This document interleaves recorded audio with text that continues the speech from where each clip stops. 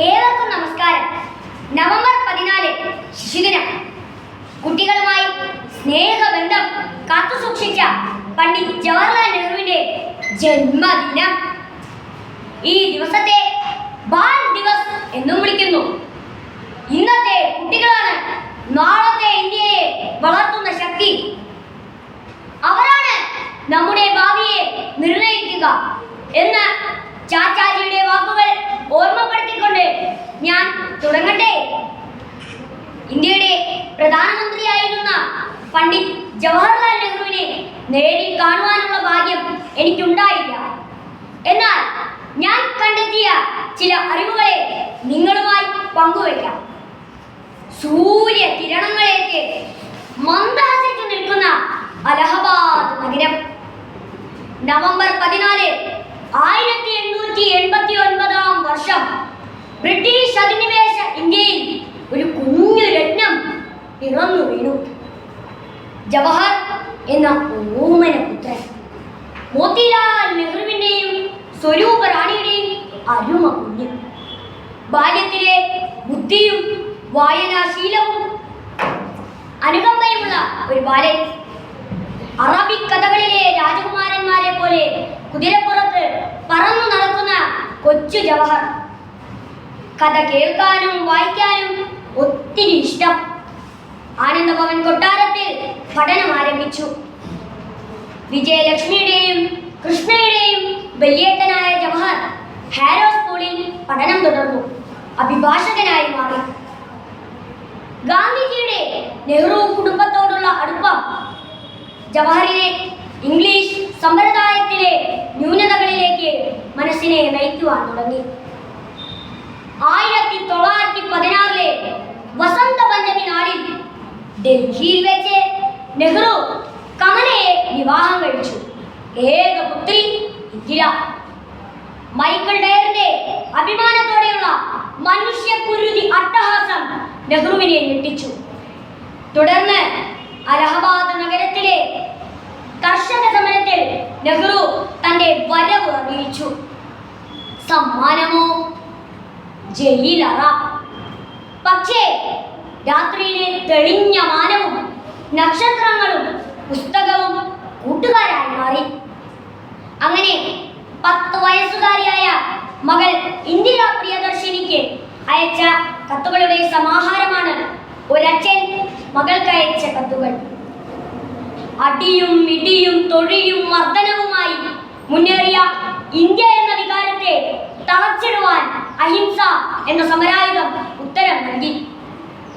1947 August 14 അർദ്ധരാത്രി India സ്വതന്ത്രയായി. നെഹ്റുവിന്റെ ഈ പ്രസക്തമായ വരികളിലൂടെ ചരിത്രത്തിലേക്ക് നോക്കാം. ഇന്ത്യ പുതുജീവിതത്തിലേക്ക്, സ്വാതന്ത്ര്യത്തിലേക്ക്, പുതിയ ചരിത്രം ഉണരും. ഇന്ത്യയിലെ ഓരോ പൗരന്റെയും ആത്മാവിന്റെ ഭാഷണ ശക്തിയാണ് നാം ഇപ്പോൾ കേട്ടത്. തുടർന്ന് നവീന ഇന്ത്യയുടെ ഭാരത ശില്പിയായി മാറിയ നെഹ്റു, ഇന്ത്യയുടെ ആദ്യ പ്രധാനമന്ത്രി. മതേതര ഇന്ത്യ നെഹ്റുവിന്റെ സ്വപ്നമായിരുന്നു. പ്ലാനിംഗ് കമ്മീഷനും പഞ്ചവത്സര പദ്ധതികൾക്കും രൂപം കൊടുത്തു. ഇന്ത്യയിലെ എല്ലാ കുഞ്ഞുങ്ങൾക്കും പ്രൈമറി വിദ്യാഭ്യാസം സൗജന്യവും നിർബന്ധിതവുമാക്കി. ഗ്രാമങ്ങൾ തോറും പ്രൈമറി വിദ്യാലയങ്ങൾ സ്ഥാപിച്ചു തുടങ്ങി. യുവാക്കൾക്കായി തൊഴിലധിഷ്ഠിത വിദ്യാഭ്യാസ സ്ഥാപനങ്ങളും സാങ്കേതിക വിദ്യാഭ്യാസ സ്ഥാപനങ്ങളും സ്ഥാപിച്ചു. കോട്ടിലെ റോസാപ്പൂവ് സ്നേഹത്തിന്റെ പ്രതീകമായിരുന്നു. അങ്ങനെ ചാച്ചാജി റോസാപ്പൂക്കളുടെ രാജകുമാരൻ എന്നറിയപ്പെട്ടു.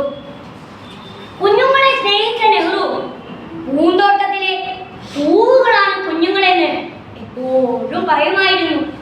ശരിയായ ശ്രദ്ധയും പരിചരണവുമില്ലെങ്കിൽ പൂക്കളെ പോലെ കുഞ്ഞുങ്ങളും വാടിപ്പോകുമെന്ന് അദ്ദേഹം വിശ്വസിച്ചു. ഇന്നത്തെ കുട്ടികളാണ് നാളത്തെ പൗരന്മാർ. സമൂഹത്തിന്റെ അടിത്തറയാണവർ. അവർക്കുണ്ടാകുന്ന ഓരോ ദോഷങ്ങളും ഭാവിയെ ബാധിക്കും. ലോകമെമ്പാടുമുള്ള കുഞ്ഞുങ്ങൾ അദ്ദേഹത്തെ സ്നേഹിച്ചു. അവർ സ്നേഹത്തോടെ ചാച്ചാജി എന്ന് വിളിച്ചു. അങ്ങനെ ചാച്ചാജിയുടെ ജന്മദിനമായ നവംബർ 14 നാം ശിശുദിനമായി ആഘോഷിക്കുന്നു. നിങ്ങൾ ഒരു വർഷത്തെയാണ് മുന്നിൽ കാണുന്നതെങ്കിൽ കൃഷി ചെയ്യുക. 10 വർഷത്തെയാണ് മുന്നിൽ കാണുന്നതെങ്കിൽ ഒരു വൃക്ഷം നടുക. ഇനി ഒരു നൂറ്റാണ്ടിനെയാണ് മുന്നിൽ കാണുന്നതെങ്കിൽ കുട്ടികളെ നന്നായി വളർത്തുക. നെഹ്റുവിന്റെ പ്രസക്തമായ വരികളാണിവ. സമാധാനമില്ലെങ്കിൽ സ്വപ്നങ്ങൾ ചാരമായി തീരും എന്ന് നെഹ്റു പറഞ്ഞത് എത്രയോ ശരിയാണ്. അതാണ് ഇന്ന് നാം കാണുന്ന യുദ്ധങ്ങളും ചേരി പോരുകളും, അല്ലേ?